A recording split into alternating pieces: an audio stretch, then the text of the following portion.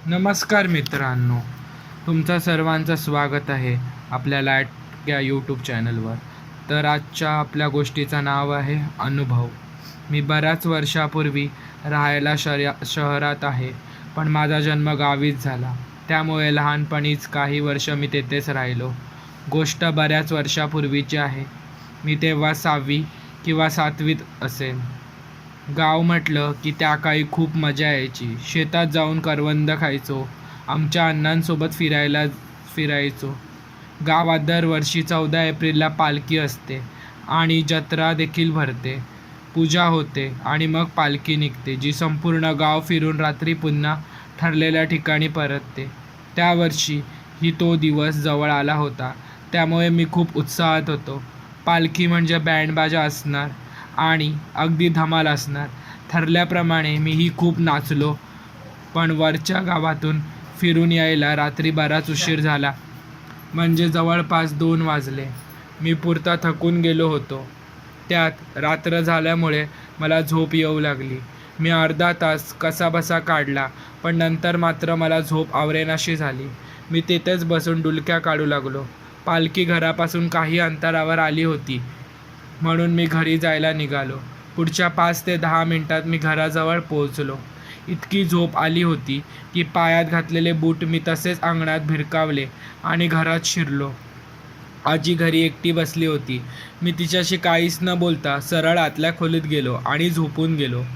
साधारण अर्धा पाऊण तासाने मला हलकीशी जाग आली. अचानक खूप थंडी वाजू लागली.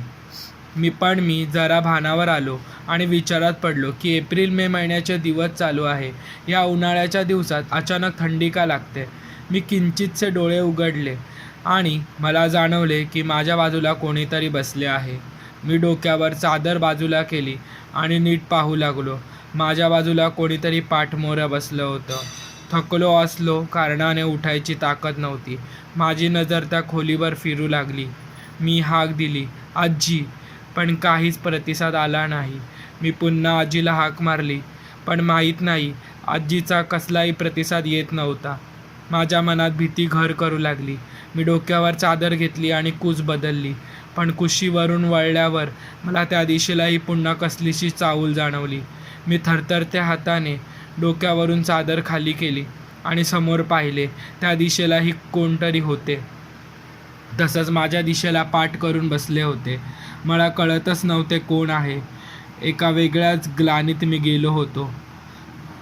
आजूबाजूला हे असे कोण बसले आणि मी विचारतो तरी काहीच उत्तर देत नाही. माझे शरीर पूर्ण थंड होऊ लागले.